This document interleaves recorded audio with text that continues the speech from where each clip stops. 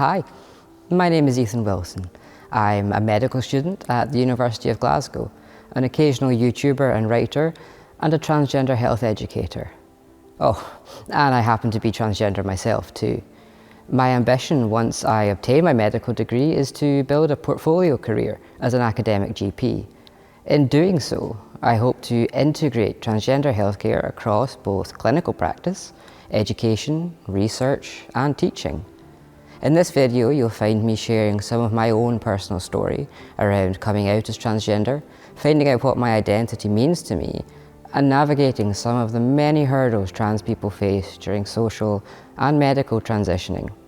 Stemming from my own lived experiences, you'll then also find me talking more broadly about the health inequities faced by the transgender community, and also briefly exploring the belief I personally hold that in order to address these at a clinical level, we must first address them at an initial level, within healthcare education and curricula. I hope you will learn something from my story and why I do what I do, but more than just that, I hope you will also then take the time to reflect on your own levels of awareness of and abilities to support the transgender community, particularly within a healthcare setting.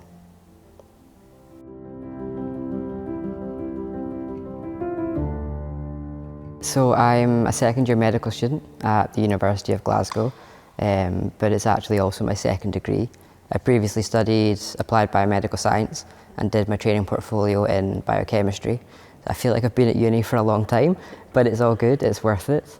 A personal level, outside that, I have this small ambition to be a competitive powerlifter, but that involves me actually getting back into the gym, so we don't really talk about that. When I studied biomedical science and did my training portfolio, I loved the science. I still love the science, I can't lie. I'm a science nerd at heart, that's never going to change.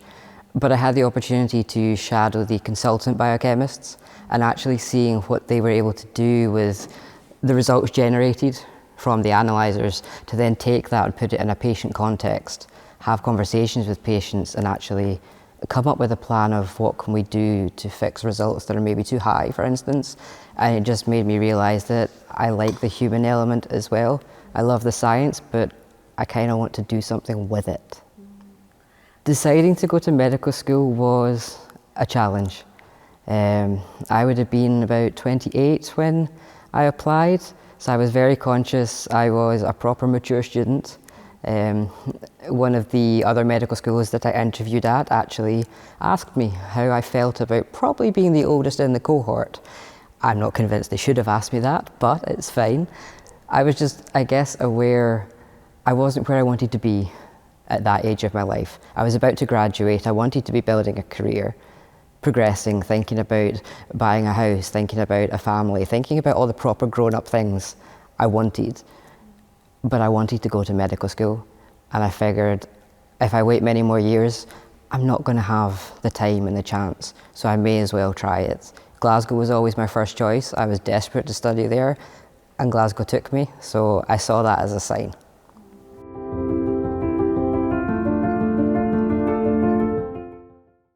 Ironically, I actually started first year the year before I did first year. And having studied through the pandemic, it's been quite interesting to compare what a proper first year would have been like versus a pandemic first year. Starting the pandemic first year, doing university from home, not meeting my peers other than on Zoom calls. It was isolating, it was tough. I'm an only child as well, so it's not like I had siblings around who were also studying. And it was hard getting used to that, having just done a degree as well, where I was used to student life on campus, studying with your friends over coffee at lunchtime. I think I did quite quickly get used to it, and actually I personally found a lot of benefits from the recorded lectures and the flexibility that that gives, but it was quite a culture shock. It was not the student experience I initially expected. When I started the year before, the world at that point was still happy and healthy. So it was as expected, an on-campus first semester, in-person anatomy teaching, both prosection and dissection, in-person lab sessions. Everything was on campus. You had your small group teaching for PBL with your whole group in the rooms where the walls were lined with whiteboards and it was interactive. And it felt like what you expected life as a medical student would be. From week 3, I think it was, we were out visiting the occasional ward or GP practice, just a few half days just to actually go out with our tutor and say, hey, we're new medical students, you're sitting in the waiting room here, can we just have a chat with you? And everyone was so lovely.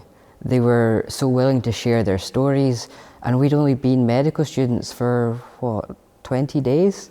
But they opened up and they told us everything, and honestly, I felt very privileged and very humbled that they would do that to us. It was an emotional few weeks, realizing just how much they view us as part of the profession, even though we've just started. Starting medical school was a mixture of excitement and utter fear.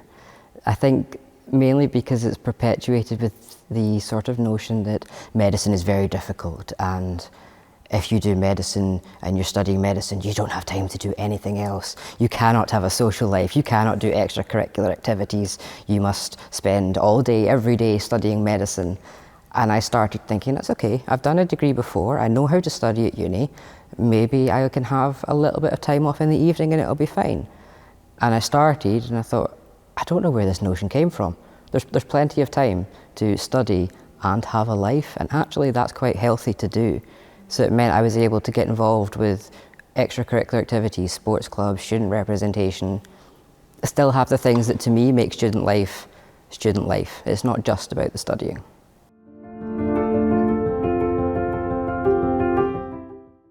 I think the biggest challenge for me was the fact I was conscious that I started at 29 with 17-year-olds who had just come from high school. And actually I found the age difference a challenge to begin with. I was very much coming in thinking, right, we're going to class, so I'm going to look at the lecture notes before I go, have a look through the slides, I'm going to have it ready so I can take my notes.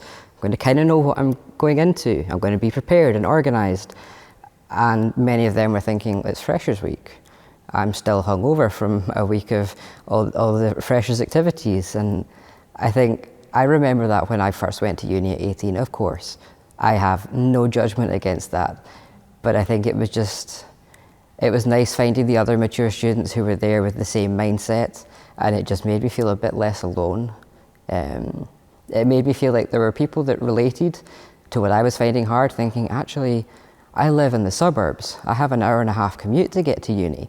I'm not in student halls where I can spend 15 minutes quickly running along the road and make it to class. If I miss the bus, I have an hour wait. And finding peers that related to that, it meant that the initial, wow, this is overwhelming, can I do this, passed quite quickly.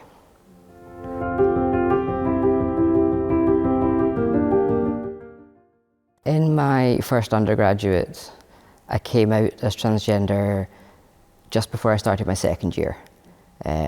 So I was out and started transitioning second year, third year and honours year.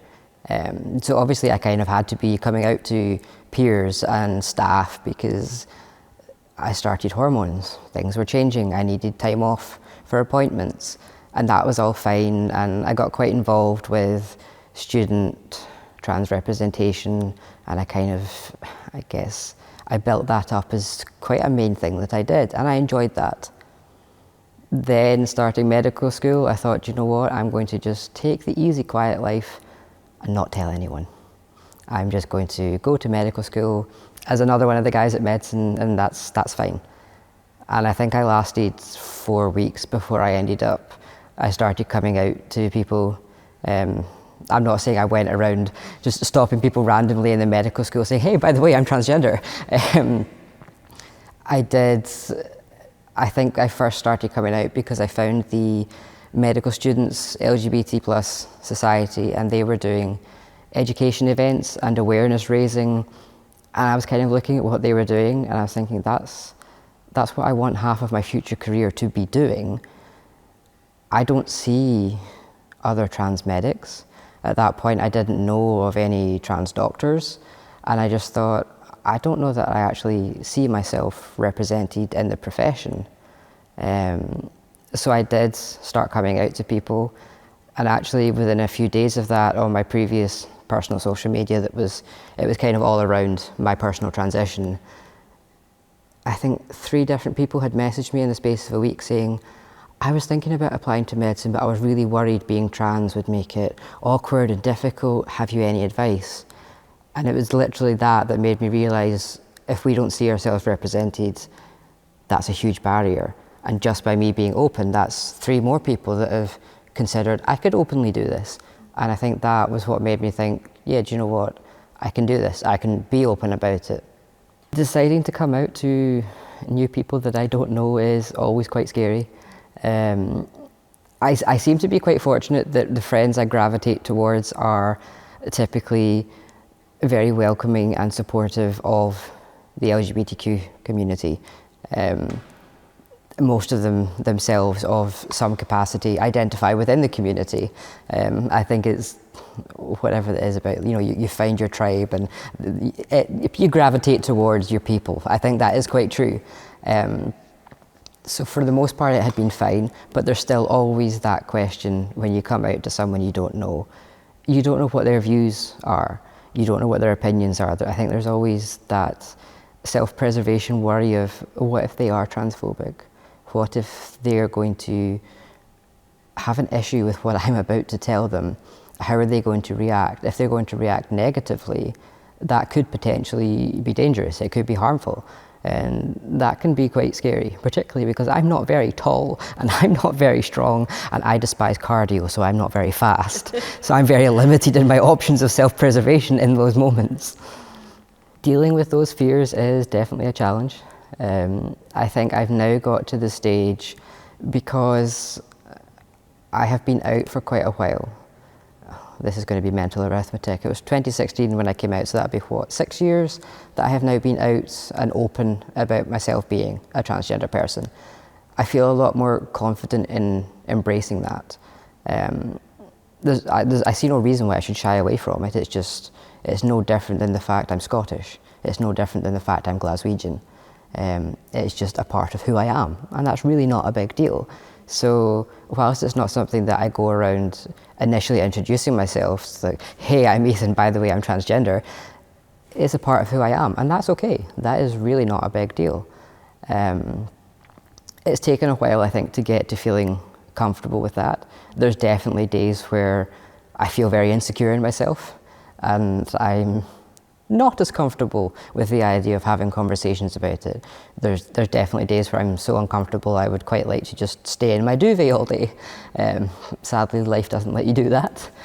But I think the largest part of it, which I appreciate for my opinion is also problematic, is the idea of passing as cisgender. So anyone looking at me on the street is just going to see another short white guy.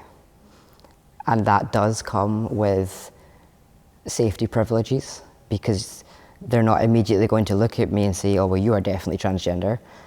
I don't like the concept of people being expected to have to pass and conform to societal norms and expectations. I just think it's hugely problematic. But I think it is that security and safety that I have that means generally I am quite safe about being open about my identity.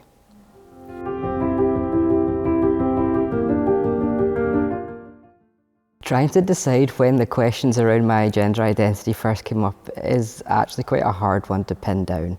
If we base it around when I came out, so that was when I was not long after turning 26, which many people think that's quite late to have come out.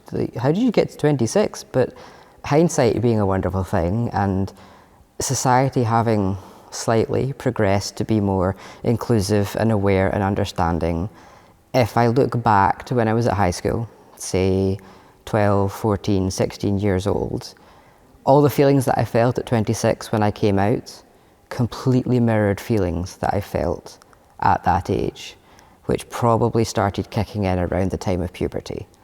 I remember the very first time I had a period and I just had a complete emotional breakdown and I sat and cried.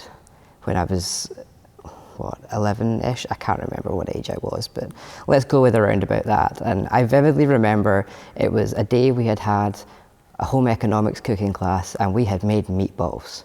And still to this day, I cannot eat meatballs because it's just so linked to how rubbish I felt that day.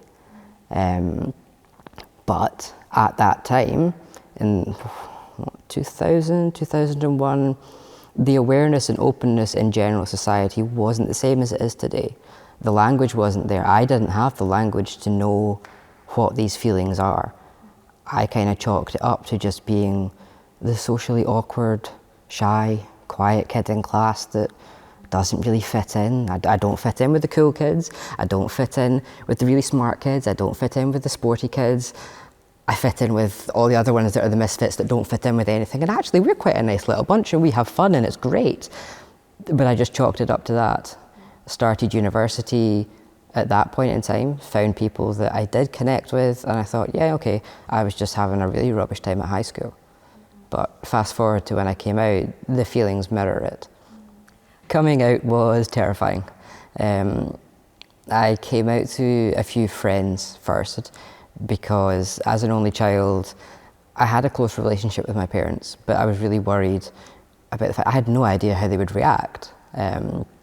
So I thought if I at least come out to a couple friends that I trust first, hopefully that'll be fine. And then if it doesn't go well at home, I've got people to turn to. And my friends were great. They were supportive. They kind of laughed off the fact that they didn't even get to help me choose different names, that would have been a great fun, and we could have had like a games night, like pin the, yeah, okay. One friend was so great about it that she changed my name in her contacts list, but never actually texted me back to my coming out text message to her. Her fiancé shouted at her quite a lot because I followed up with a message asking if we were okay. Like, does she have a problem with me? And it was just that it was so much of nothing. It was not a big deal. It was a case of, right, okay, your name's Ethan now, so that's what's in my contacts, that's great, I'm going to make dinner and do the dishes, which I actually think is so lovely and so perfect and how it should be. It should not be a big deal. That gave me the confidence to come out to my parents. I came out to my mum first, and it was emotional and we cried a lot. She didn't really know what to say, and I can totally see why, but she didn't push me away. She just embraced me and was supportive and said, we'll figure it out.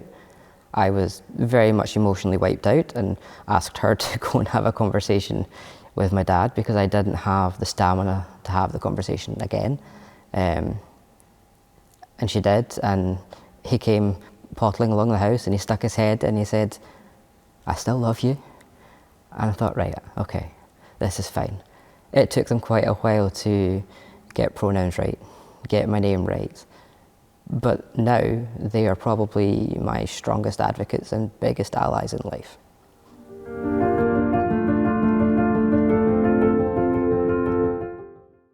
Language is kind of fundamental to everything we do.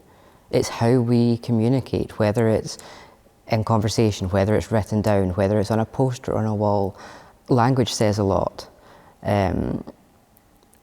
Language, therefore, also damages a lot when it's not used in the best way possible. People particularly seem to struggle with non-binary identities and those who use they, them pronouns, for instance. And there seems to be a generic argument that says it's not a singular pronoun. But people throughout time will themselves have used they, them as a singular, like, oh, they left an umbrella on the bus. They do that without thinking. They just say those sentences and it doesn't even register because they don't know whose umbrella it was. But suddenly when being asked to put that in the context of a person, it seems to be much harder. And it shouldn't be. A project that I was kind of involved in recently for like my student selected component, research that I was doing, and amongst that found that for trans youth, having their pronouns used correctly halved the rates of suicide attempts. So that kind of shows that using the correct language, which is a simple thing to do, can actually save lives.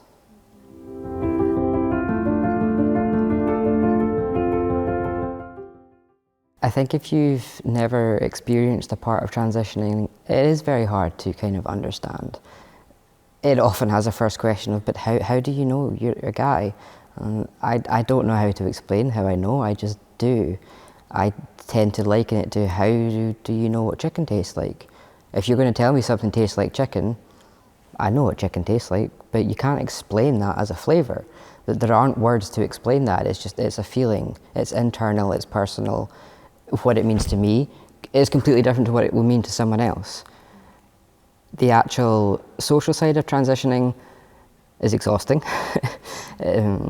Partly from the paperwork side of things, having to update your name on everything, then having to have the conversations when you try to phone the bank and they're expecting you to have a deep voice and sound very manly, and you've not started hormones, and so they question if it's actually you and it's actually your account, and it all takes time. It takes a lot of time, and that is very emotionally draining, when actually all you want is your bank card to have your name on it, your driving license to have your name on it. So there's that side of it, but then obviously there's the medical side of it, which you may or may not be wanting any of. Not every trans person wants hormones, not every trans person wants surgery, and that's fine. But for those of us who do, that is a big process with very long waiting times. When I self-referred to my local gender clinic, there was a 1-year waiting for an initial appointment just to have a conversation, which was basically a conversation to justify my existence as a trans person with very invasive questions. That same wait time now is about 4.5 years for an initial chat. You get nothing out of it other than a chat. So you don't get a prescription, you maybe get a diagnosis. There's the time aspect, but then obviously for those of us who do start hormones, that's second puberty. And that comes with all the joys of puberty, the mood swings and the oily skin, and thankfully I didn't get acne. That was a blessing. The receding hairline, it comes with all the bits that you don't want, but you have to take. You can't pick and choose what you want from puberty, and that's fine. It's a lot to process, because as with anything, your hormone levels are fluctuating. If you're going for surgeries, you've got to prep for surgery, you've got to have a major surgery, you've got your general surgical recovery. So physically it takes a lot out of you. I have been very fortunate that I've actually been really well supported through it all. So it's meant I've not had to go through it by myself. And I think for people who don't have that support, that is what makes the transitioning even harder.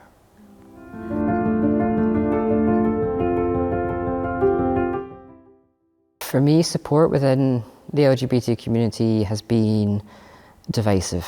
I would put it in 2 categories.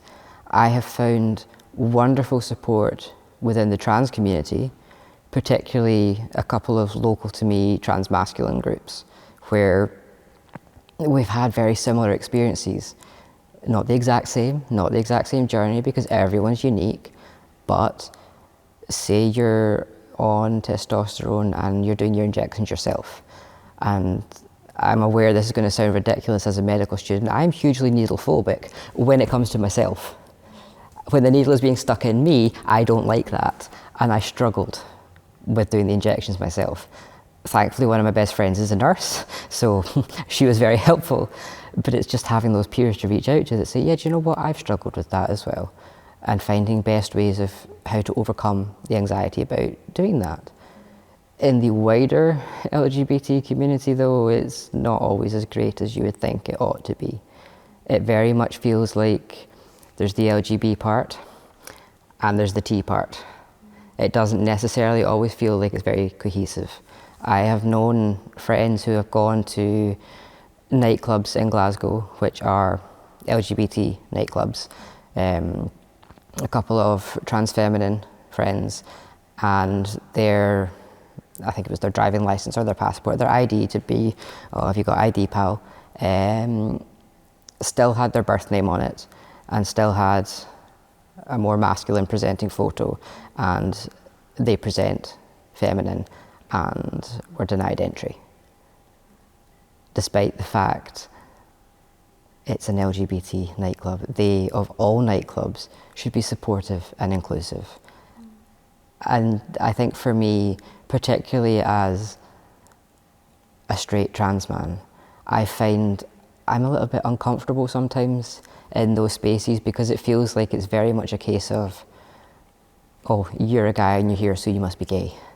And I'm not, but there's just the assumption that that's what category I'm going to be put in. I know people make that assumption about me anyway because I am very talking with my hands when I talk, and have quite a few of what is deemed more feminine vocal patterns and what have you, but with 26 years of being socialised and living as female, that's not surprising. But that doesn't detract from who I am, as I'm Ethan, I am a straight trans man, and being put in a category I'm not is actually really uncomfortable. I think the wider perception of it is, I would say, also split into, you either have the group of people that just assume it's all one big happy family. It all comes under the rainbow umbrella and everybody gets along and everything is perfect and it's all happy clappy, everybody supports everybody, which is not the reality. I suppose you have a middle ground of people that, like myself, are well aware of there are issues within the community that, just the same as there can be transphobia within the LGBT community, there's biphobia within it. There are issues. So ignoring the middle ground, you then also have the other side where there are certain very prolific on social media groups that are advocating for it to be all about the LGBT part of the community. And I think the transphobia that comes from that gaining so much momentum is just doing so much damage to the trans community, who are already marginalised, who are already facing enough struggles without that as well.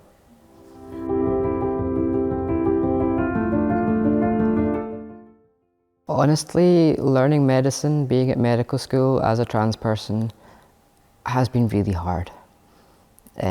Particularly when you get to weeks such as doing your week of female reproductive system, your week of male reproductive system. And the irony of this is not lost on me, but the week we did the female reproductive system, I was sitting with intense menstrual cramps, thinking that my ovaries were trying to kill me, and having all the dysphoria that comes from menstruating, and also dealing with the fact that male toilets don't have sanitary bins, so that's a longer walk to find gender neutral toilets that do have sanitary bins, when it's just all the extra stress that I don't need on top of trying to be a medical student and do all the learning. But it's not just those weeks, it feeds into everything. When you learn about bones, you learn about osteoporosis, it's always it's the wee old granny, and you have to be aware of, as your granny ages, her bone density is not great. And you think, okay, but what about some teaching around trans feminine individuals who are on estrogen? That's going to affect their bones. So we don't actually get it included anywhere. I know some medical students at other schools have said they have a half or a full day of LGBT teaching. In many places it's known as the gay day. And often, many of their first questions are, is this going to be in the exam? Do I have to attend? And that just blows my mind. I don't think that is acceptable, because if that was on cancer, if that was on cardiovascular disease, they wouldn't be asking that question. They would be going, because it's something they have to learn. So for me, when I view tackling it initially in healthcare curricula, I don't want a day of teaching on trans healthcare. I don't want a week of teaching on trans healthcare. I do want an SSC block, because I would like to do that as an extra. I want to see it integrated from day one across everything. If you think of talking about blood tests, so you get a panel of blood tests and results, my Chi number still lists me as female, because I kind of want the relevant, anatomically relevant reminders to go and have a smear test. Whether I go or not depends on dysphoria at the time, but that's not the point. If I change that, I won't get the reminders, and I have far too much in my life to put the onus on myself to think I need to do that. But it means when I get blood tests, things flag up based on the reference range for female levels. but being on testosterone, actually after I think 6 months, your levels are in line with what the male reference ranges should be. Nobody teaches you any of this. And actually even having these conversations with the doctors that are managing your transition care, they're not always sure themselves. Nobody seems to have a definitive answer because nobody's taught about it, which is why I think it needs to begin day one, integratively. I honestly wish I had a very simple solution of how to integrate it into the curriculum. I'm working on ideas for that. Is doing research, etc. in these areas is very much what my side work is on. And that is kind of what gives me the motivation to keep going with medical school when I feel really tired and I think, why am I doing this to myself when I could just be working? There isn't a simple solution because it's not a small issue where you can just change a few things. It is a wider systemic issue. And actually, whilst I'm focusing on the trans healthcare point of view, the same is true of every other marginalised group, every minority group.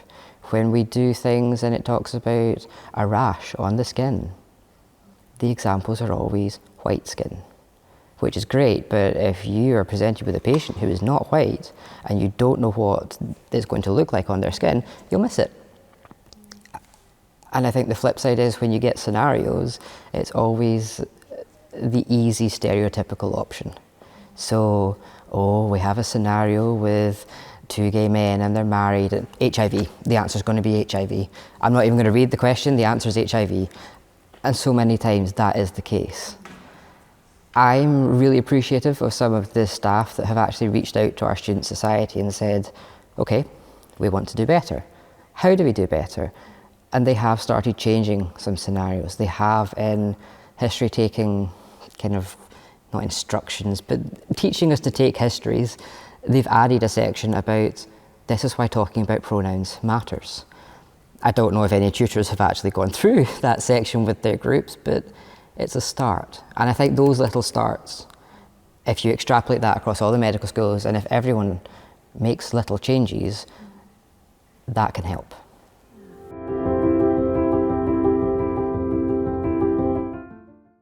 I think one of the biggest challenges is the complete lack of awareness.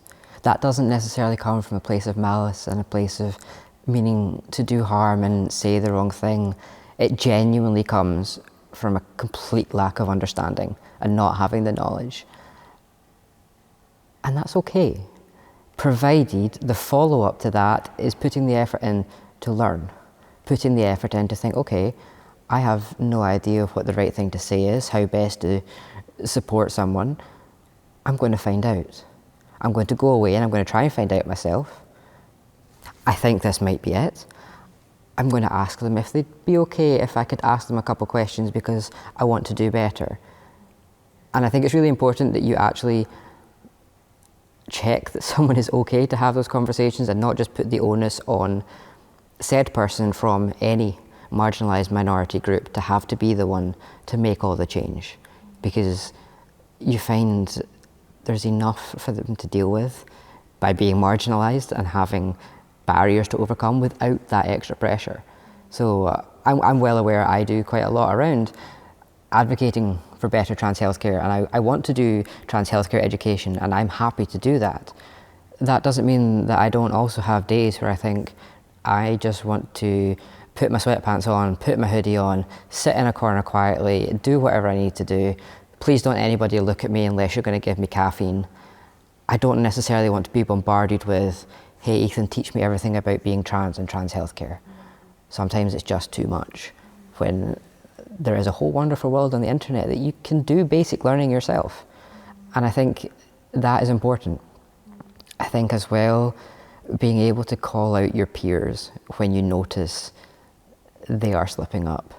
Whether it's because they're making jokes that aren't appropriate, maybe you're on a ward and you know you have a non-binary patient that uses they, them pronouns but presents feminine, and maybe you hear some of the staff using she, her pronouns.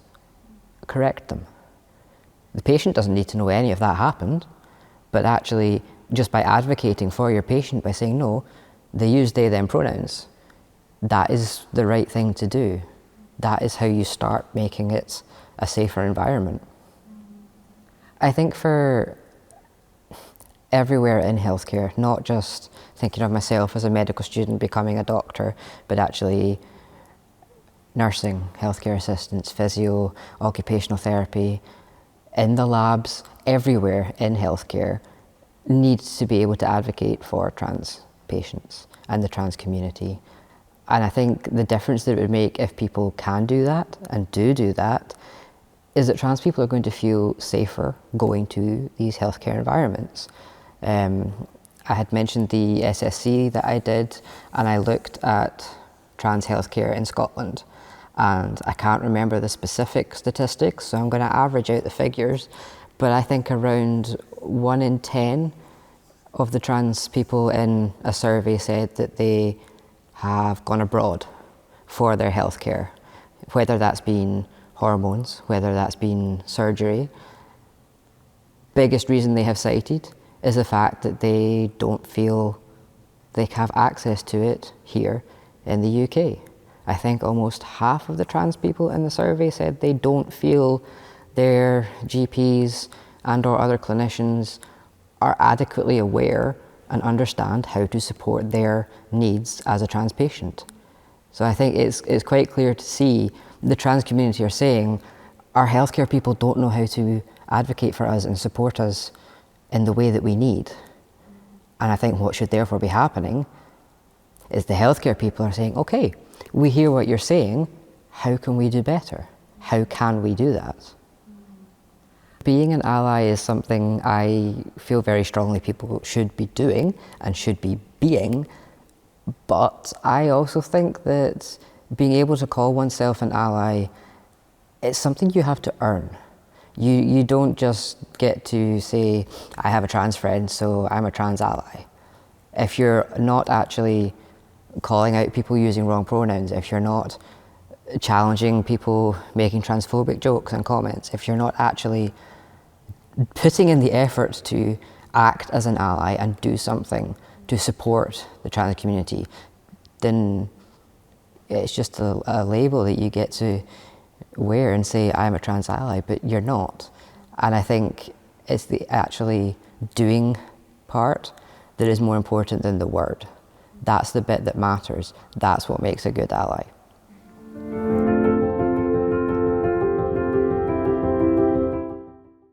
I have definitely learned that the world is a big scary place, but that actually if you surround yourself with peers in the community that can relate to what you're going through for those days where you really need to talk to someone who gets it, not to have a conversation, just to be able to go, I'm feeling this, and for them to say, yeah man, I've been there, I know, I get it. That is so validating, and that helps. To surround yourself with friends who genuinely just love you for who you are. To have that support network means that actually you can face the big bad scary world. You're always going to come across people that you'll hit a brick wall with, that won't be open to conversations, that might be hostile, and it's just not worth the fight. Just ignore that one person, and somewhere you'll find another person who does want to help, who'll maybe say, suddenly message me on Instagram saying, so my child has just come out as transgender and they're 14 and I have no idea what to do.